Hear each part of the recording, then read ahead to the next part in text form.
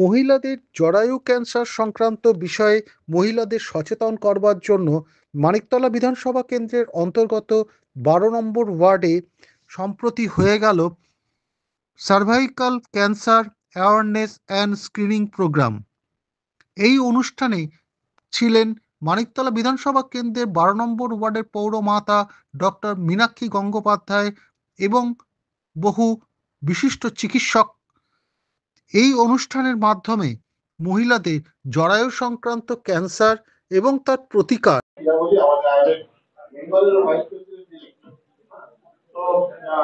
আমাদের মধ্যে একজন আছেন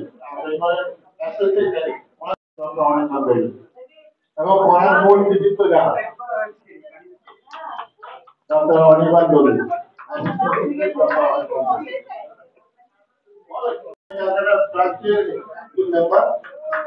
সবে পাস করে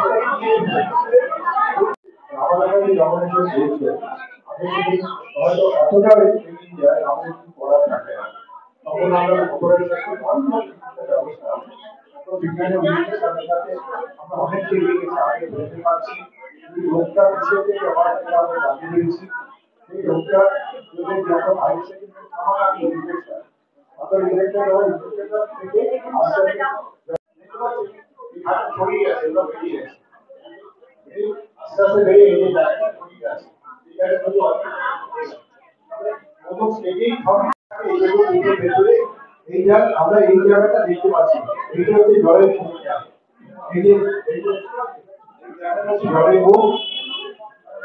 এই পর্যন্ত আমরা দেখতে পাই, এই পর্যন্ত আমরা দেখতে পাই।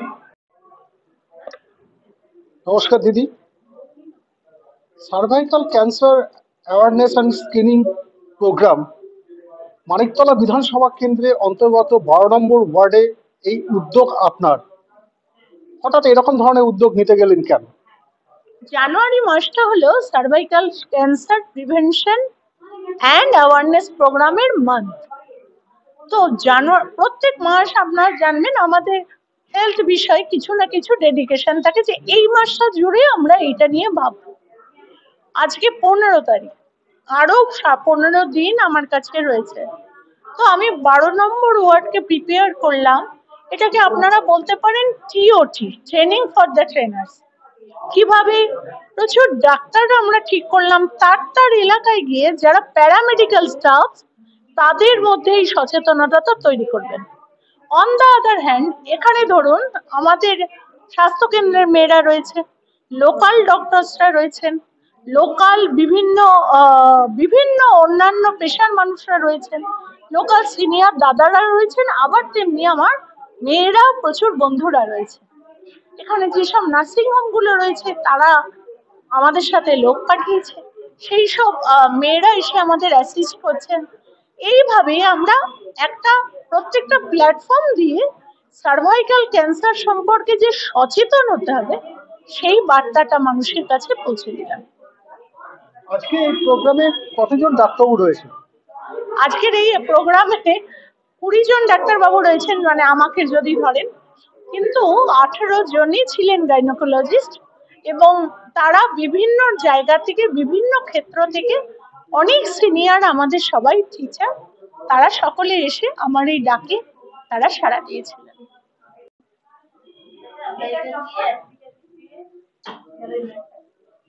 তুমি ব্যাপারটা একটু ব্যাখ্যা করে বলো। এটা হচ্ছে একটা স্টিক, তার মধ্যে একটা কটন রয়েছে। হ্যাঁ, কটনটা কিছু লাগানো নেই, একটা সোয়াব তুলে দেবো, আর সেই সোয়াবটা দিয়ে আমরা দেওয়ার পরে দেখি কোনো রকম চেঞ্জ আসে কি। এটা এইভাবে খুলে এটাকে টাইট করে দাও। So you can see the inner side of the private genital.